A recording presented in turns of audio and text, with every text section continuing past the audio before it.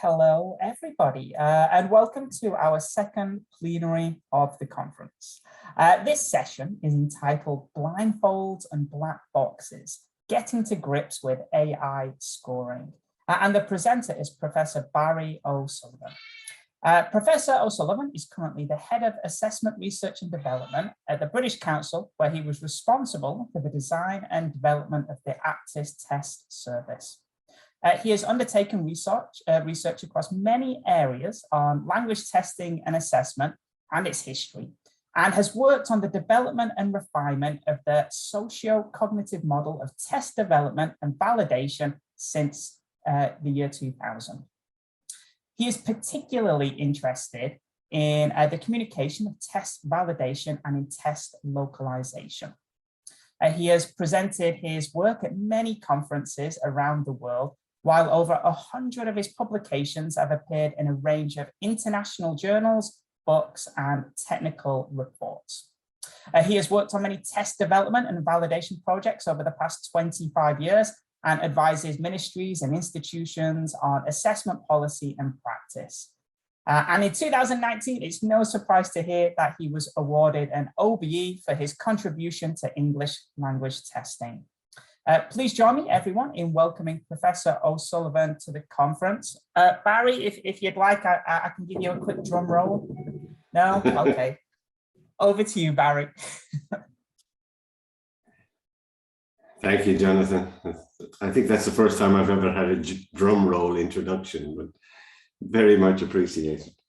And thank you, everybody, for joining me here on, I guess it's your afternoon. I'm actually right now in Ireland and it's just about sunrise. I can see some light in the sky. And actually light in the sky is fairly apt thinking about what we're going to talk about today. I've called my talk Blindfolds and Black Boxes because I think a combination of users being blindfolded either voluntarily or non-voluntarily, and users using and developers developing what are essentially black box systems, mean that we have a real problem, actually, as far as I'm concerned, with AI scoring systems particularly, and really anything that uses AI in language tests. But for now, I think for today, I should say, I'm going to concentrate on the scoring side. So when we think about it, we are all blindfolded.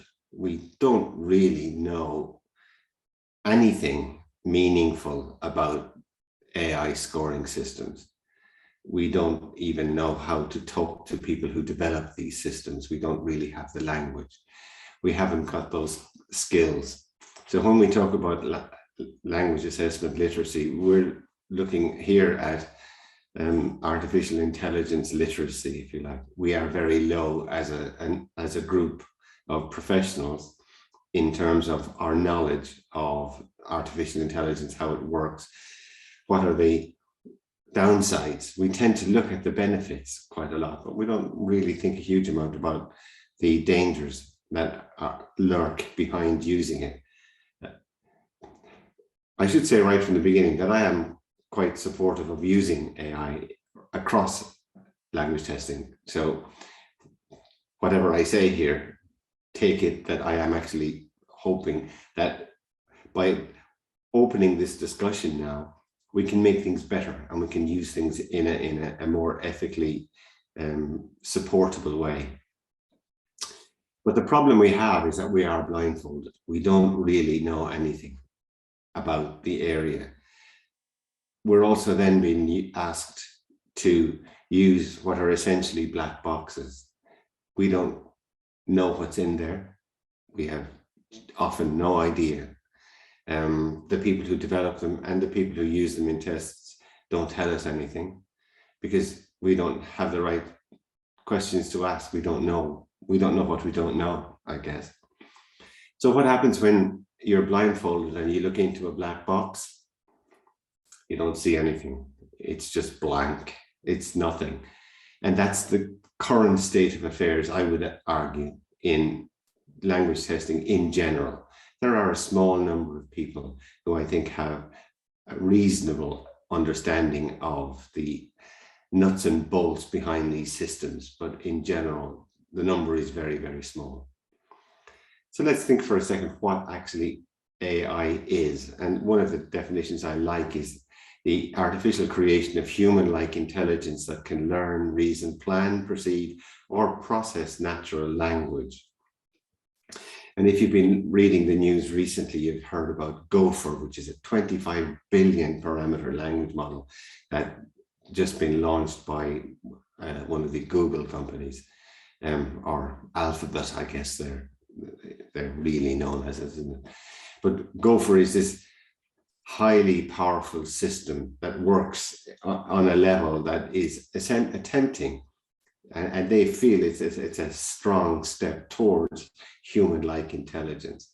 And that's a really interesting thing. It could bring really wonderful steps forward for us in language testing over the next few years. But we still need to be able to question it. We still need to know more about, well, what is Gopher and how does it work? You know, we already know that Google, the same company, same parent company, have a system called BART, which is this massive set of data, if you like, that a lot of people are using now to build models. But that has been questioned, but it's not been questioned openly. And there's been problems for the people who've questioned it, for example, from inside the organization.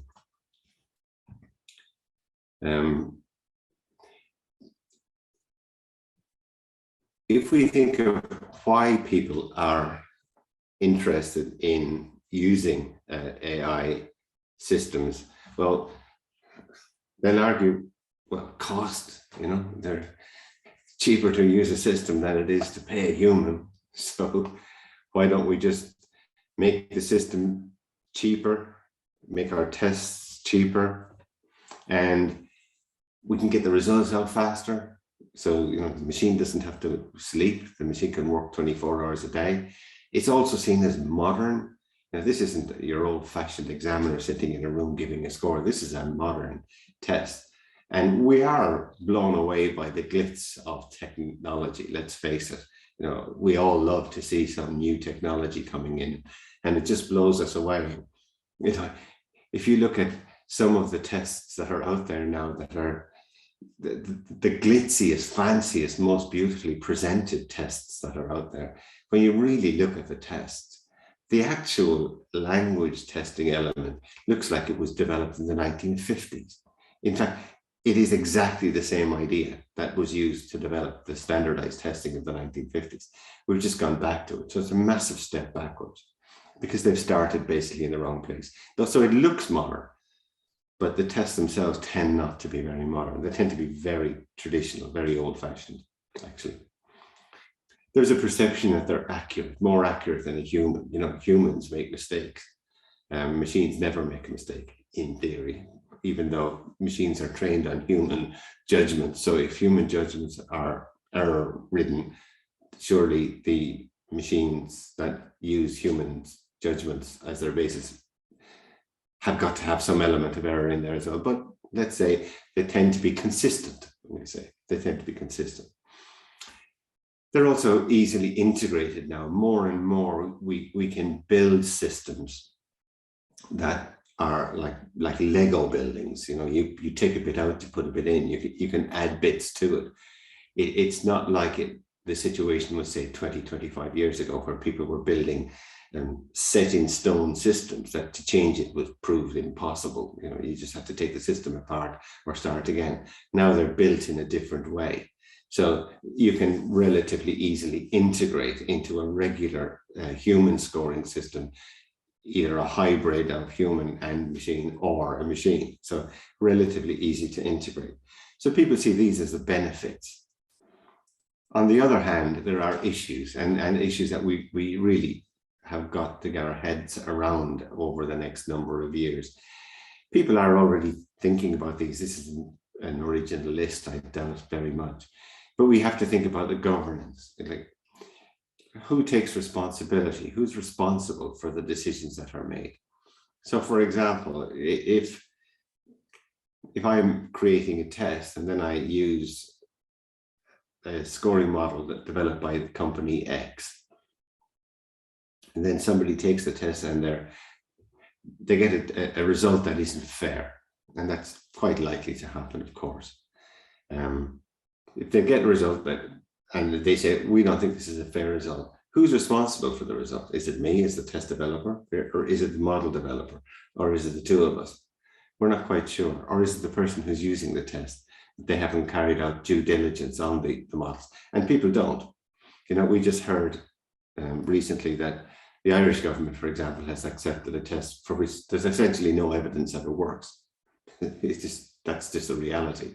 So it could well be that the governance issue is spread out among quite a few of the people who are involved. And again, that comes back to accountability. Who's accountable? Which part of the system is causing the issue, and who's responsible for that? There are massive transparency issues. You know, we talked about the black box. So we don't really know how judgments are made by the system. And there's recent moves within the EU, of course, to try to open up this black box, because these AI systems are used to make judgments, not just in education, but in all kinds of areas. A lot of these are very, very high stakes, as education can be as well, of course. You know, your whole future life can depend on your score in the test. So we need to have access to the decision-making process. How was the decision reached? How did this machine come to the judgment that I'm not ready to study abroad, for example? We do need to open up. We need more transparency. We look at the scores that are generated from these systems, and for me, it's impossible to interpret what they might mean. If I don't know what criteria were used in the creation of that score, how can I interpret what the score means? Now, when I look at many of these tests that are out there, I look at tests that use these and use very indirect measures of a person's language ability. You combine that with a complete black box system for scoring, and you really have no interpretability. You have no idea what the score means. We realize, of course, that these machines, they'll always produce a score. There will always be a number at the end of the test. But what does the number mean? We don't know. The other massive issue for me, of course, is data quality and bias. So what's the quality of the data that went into building the system? And how do we know there's no bias built into that system? Now, this has been a problem that's been around for quite a few years. There was a big controversy about 3 years ago where Google, for example, fired a whole bunch of people from their ethics research side. And basically, the people from the ethics side realized that at least one of the Google products wasn't doing what it was supposed to do. And they were naive enough, I guess, to come out and say that. And they lost their jobs. And that's just one instance. I think there are other instances of these kind of things happening. This is a big issue. There's also the social and economic impact of using these. You know, if we replace examiners, what are examiners going to do? So we have to think about the impact beyond the test itself of making these decisions about using this. There's also, of course, you know, we read about these massive machine learning systems that are being built now. And people say, oh, you know, that'll save all this time and it'll save all this money in the future. But if you look at the impact on the planet of the amount of power that's needed to produce these models is huge. And the amount of power, electric power that's needed to run these models is huge. So we need to also think about the impact on the planet of these massive systems. Today, though, we're going to focus on just that little one area. It's a massive area of data quality and bias. and the practical applications of it. And basically, we're looking at the old adage, and that's supposed to be a dump truck or a garbage truck. And if we think about putting garbage through an automated system, we get garbage in, garbage out. The old adage works extremely well here because we don't actually know what's in the garbage truck, and that's our main problem. So we don't know the level of garbage that's going into our system, and we don't know the level of garbage that's coming out of the system. But let's think a little bit about it. One of the problems we have as language testers is that when we look to the guidelines or standards that drive our test development, we find no support. There is essentially nothing in any of those documents that tell us about how we need to go about thinking of AI scoring systems, integrating them into our tests, and how we should be validating those. There's nothing in there. There's a few lines in the standards, but very little else. And the few lines are completely useless. Even if we look to the literature, to testing books, and I include our own, Michelin and my own validity book, or the journals, you find essentially nothing in there on validating these systems. There seems to be an acceptance that these systems are there and they work, because we don't have the language, I guess, to talk to the people who develop them. We just take their word that the systems work, and they work really well. If we look to the theories of validation and development, any of them, including our own and our own version, ours is a version of Weir's, of course, there is nothing in there. Though, of course, I do believe that we should be able to, without too much problem, integrate these ideas into current theories. But we do need to actively do it, because we need to frontline some of this stuff.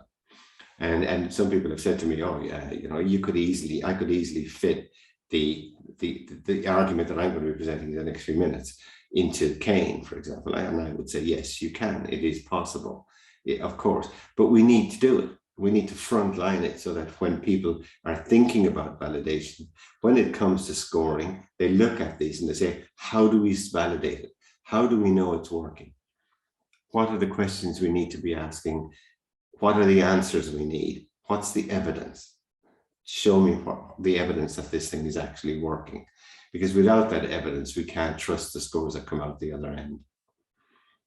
So I'm offering two suggestions. Now, some of you will have maybe participated in a workshop with a couple of my colleagues, Trevor and William, yesterday or the day before, whatever time zone we're in, and they will have spoken about these. And so you'll have some idea, a lot more idea about it than I'm going to share with everybody else. We just don't have the time. But there's two things that we think about. One is a data sheet, and a data sheet is essentially a detailed specification or a blueprint, which tells the developer essentially what they're doing. It outlines the plan. This is what the whole system looks like.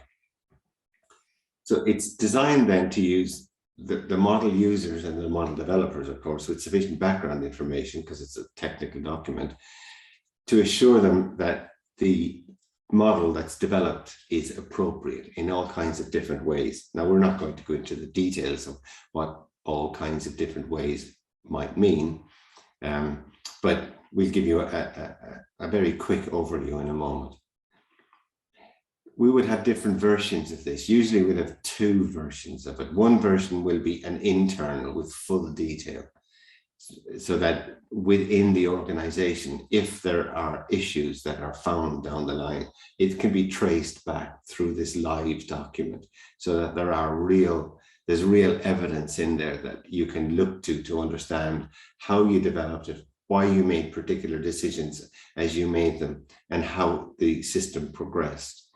It's a very, very valuable way to develop an AI scoring model, because you have control and you can look back. You can also justify what you've done. You will then have an external version, and the external version will have proprietary material removed, because, you know, if I spend a whole lot of money developing a system, I don't want to just give it away. I want to try to earn that money back, and hopefully, if I'm a commercial organization, earn some profit on it as well. So the propriety part of the model, I'm not going to tell. I'm not going to give you all the gory details, but I will give you enough detail to reassure you that I've thought of all of these things and I've built the system in an appropriate way. The design of the datasheet is relatively straightforward. You can see that we have a bunch of different sections with quite a lot of detailed questions in each section.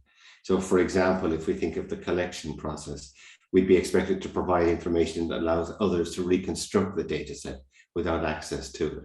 So I could create a new data set that mirrors the one that you've done, even though I haven't shown you my data set. So there's enough information given for me to replicate that. This is very much like a methodology section in a research paper. It allows for replicability. If we think about uses, we would encourage data set creators to reflect on the tasks for which the data set should or critically should not be used. I think that's a really important point, that we should be thinking as developers. We have to think, and they have to think, of what are the ethical uses of this model, and what are the uses that are less likely to be ethical or should be avoided at all costs. Just to give you an idea of what this thing looks like, it's quite complex and quite a full report, if you like. The number of questions in each section, I've just given you 3 questions to give an idea of the number of what it looks like. And you can see there that there are a significant number of questions, excuse me, asking for quite a lot of detailed information under each of the headings. So this is a very big document. It's quite a technical document, and it's designed to help the user down the line to use this model in a way that they're quite confident of using. So in other words, it's shining a little bit of light into that black box, particularly for the people who are hoping to use the model. So if I'm acquiring a model, for example, for my test, I would expect the developers to have responded to these questions in as much detail as they feel they can. There will be some questions where they will say, well, actually, we can't really tell you very much about this because it's proprietary and we can't be giving away our state secrets. So, but there are other questions then that we expect that they would definitely have some information given on it. So for example, if you look at distribution, you might look the obvious question, when will the data set be distributed? So when will it be made available? If it's not going to be made available in time for me to use it, it's no good to me, is it? So we have, on one side then we have the data sheet, which is the specification. This is what the whole thing looks like, the underlying model.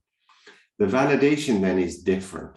And for that we use model cards. And for validation, we say, how do we know that this system is working in my context, in my test? How do I know that there's no bias in there? How do I know that this is offering results that I can stand over? And in this case, we, as I said, we use the model card, which was developed by Margaret Mitchell et al. 2019. And it's designed for use in AI-driven or supported high-stakes decisions, not just in education, actually. In fact, education didn't really figure in their thinking. They were looking more at the legal profession and recruitment and health. Those are their key areas. Because AI is used to make decisions right across the board now about people's lives. And they wanted to know, how can we be sure that there's no bias built into those systems? Because if there is, we have a real significant problem in our society. It's also designed to identify the types of evidence required. So how do I show that there isn't any bias? How can I demonstrate it in a way that will convince people? And that's the people is the key area there, the key thing to think about, because it's not just convincing people with technical expertise. This is designed to convince regular people and a whole range of people, from people without very much technical understanding to people with quite a lot of technical understanding. So we need a fairly broad range of evidences. The elements, a little bit like the data sheet, but more targeted. You can see here we're looking essentially at things like the model details, intended use, factors, metrics, training data, the data set used to build the system, the evaluation data, the data sets used to evaluate the system. And then what are the analysis? How do I actually go about analyzing the data? And we focus on each one of these in turn. Again, there's the specific questions that need to be answered in each one. And ultimately, the idea is to create a fairly short, as you can see, the original suggestion from Mitchell et al. Was a one-page report. But the reality was that when we tried to create a one-page report, we realized it was impossible. You can't answer all of the questions in just one page, or else if you do, the responses are meaningless. They don't actually help anybody. And the reality for them was when they tried to do it as well, they found that their model was that bit longer. We've managed to keep this draft to 2 pages, but this is a draft. We're still working to complete this for one particular project with the ISL, IL Smart Learning project in China. It's a low stakes placement test, so it was a relatively safe test for us to explore, because the stakes can be, the results can be ignored by the candidate. The results places a person into a learning system, and the candidate can decide, no, I don't like that, I go somewhere else. It's not a high stakes test. So it's probably easy starting point for us to explore how the system works. It also actually helped us a huge amount in developing the system. So, because as we did our analysis and as we learned more about it, we learned how to tweak the system, how to make it better. So in the end, we had quite an accurate system. And as you can see, the metrics there, the percentage agreement is actually very, very high. The human machine reliability to within one IELTS band was 100%, which was pretty phenomenal. Exact agreement at 67 is extremely good. So we were quite happy that the system worked. It did the job that it was developed to do, but we still wouldn't use it for a high stakes test because we haven't tested it in that way. We haven't made, we would look for more data, different types of data, if we were going to look at it in a high stakes test. But the idea is there. You get a short report that gives you enough detail in each area for a person who's hoping to use this to be reassured that, yeah, this is working. It does what it says on the tin. It gives us a score. There doesn't seem to be any bias in there. It seems to be quite accurate and quite consistent. And they seem to have thought of all of the areas that we need to think about. So I'll use this. So nowadays, when we're looking at, in the British Council at least, when we're looking to introduce an AI scoring system, whether it's to a learning product or an assessment product, we expect the developers to produce one of these for us. That's part of the tendering process now. And I would urge everybody who's listening here to go down that same route, because unless we start asking for these kind of things, we're never going to get them. And without them, we're never going to be able to fully trust the systems. So looking back on the model card, some reflections. It's a very time-consuming piece of work. It took a couple of years to develop this because we were starting from scratch. We didn't know what we were doing, let's be honest. We were learning as we went along. And that learning has been fantastically valuable. It was a challenge because we had to learn a lot, but the technical partner that we worked with also had to learn a huge amount, because they couldn't really understand why we were asking some of these questions. We hadn't explained clearly enough what we meant by validating, for example. And we had to learn how to speak to each other, which was a really interesting piece of an activity that happened and developed slowly over time, as with any language learning activity. But the process really did help us to improve it. When we were looking at this first, when we produced the first draft of this, the accuracy level was down around 54%. But by the time we finished, as you could see, the accuracy level was well up into the 90% and hit 100% in the end, to within a band. So we were able to improve the system dramatically, but it took about 4 or 5 iterations, going back, revisiting, re-questioning, reanalyzing, and rebuilding, which was an interesting and informative way of doing things. So not only did it help us to validate the system, it helped us to improve the system. The twin approach of the model card and the datasheet helps us to know what questions to ask, and crucially, how to ask them. Because without the how to ask them bit, and I guess we could add, and how to understand the answers, the questions are no good to us. So we need to build that communication, and the communication was the biggest part probably of the learning as we went through this whole process. To conclude then, model cards offer a realistic approach to model validation representation, should be broadly adopted across the language testing area. And I think that's critical. I think that's the message that we're trying to get across with all of the work that we've been doing on model cards. And it's a message that I've been trying to get across for the last couple of years, is that we in language testing have got to start asking questions. They have to be tough questions, difficult questions. We need to know more. Up to now, we've managed to get away with not asking these questions. But it gives us the opportunity, by getting involved in a project like this, we can develop a common language and common expectations on AI model use. And by doing that, I think we can develop models that are more appropriate to the contexts we work in.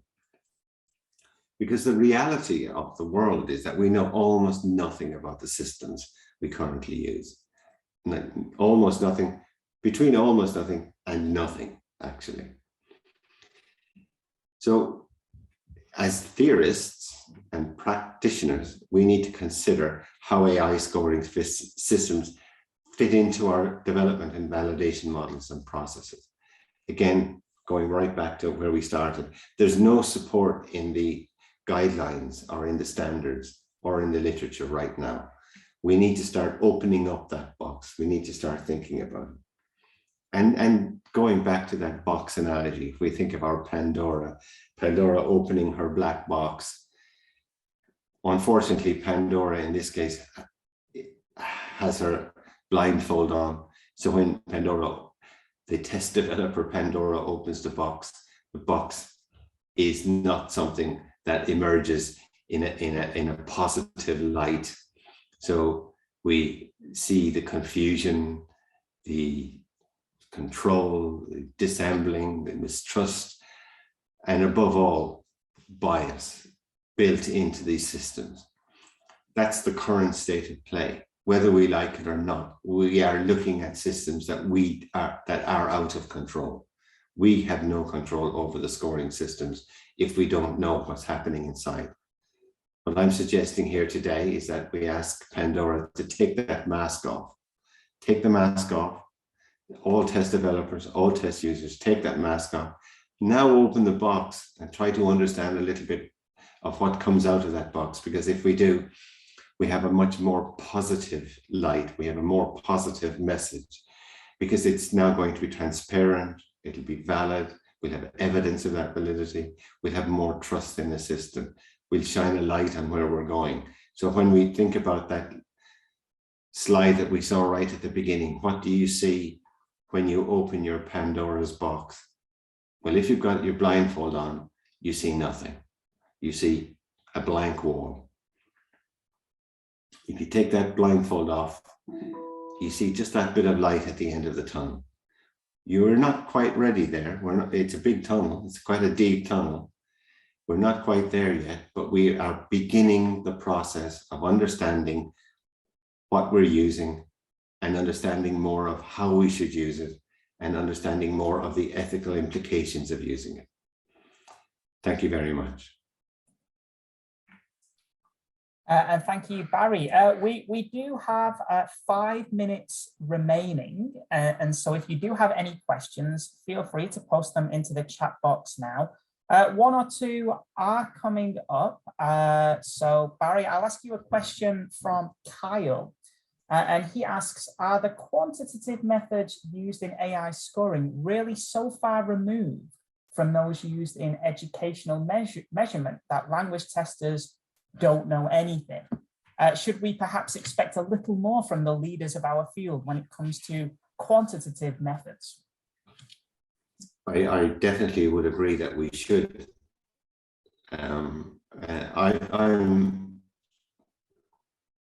I'm not completely convinced that we know enough about the quantitative methods that we use. Anyway, I'm not sure that the quantitative methods are telling us what we think they are telling us. As language testers, we tend not to be psychometricians, or we are kind of wannabe psychometricians. And I think the quantitative methods used in AI scoring are not massively different. They are different and they're more complex.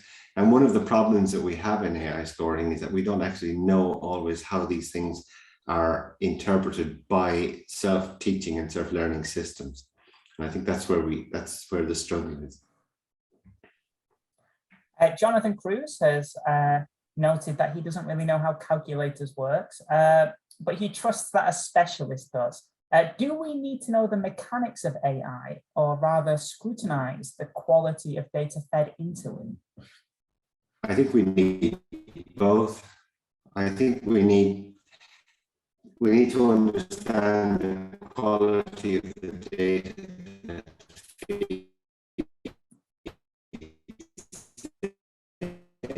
absolutely. But is learning itself. We give the system a goal. The goal may be to equal or as close as possible match the scores awarded by a bunch of examiners. Now, the system will do anything it can to figure out how to do that. And the system doesn't mind cheating. You know, it will use any data that may not even relate to language if it can find a useful relationship between two sets of data or a subset of information within the data set and the score. And if you go to a website called Spurious Correlations, you'll find that the most odd things on the planet tend to be correlated. And the machine is not aware of the fact that there is no reason that we should be correlating two variables. So we don't always know how the machine is actually interpreting the data.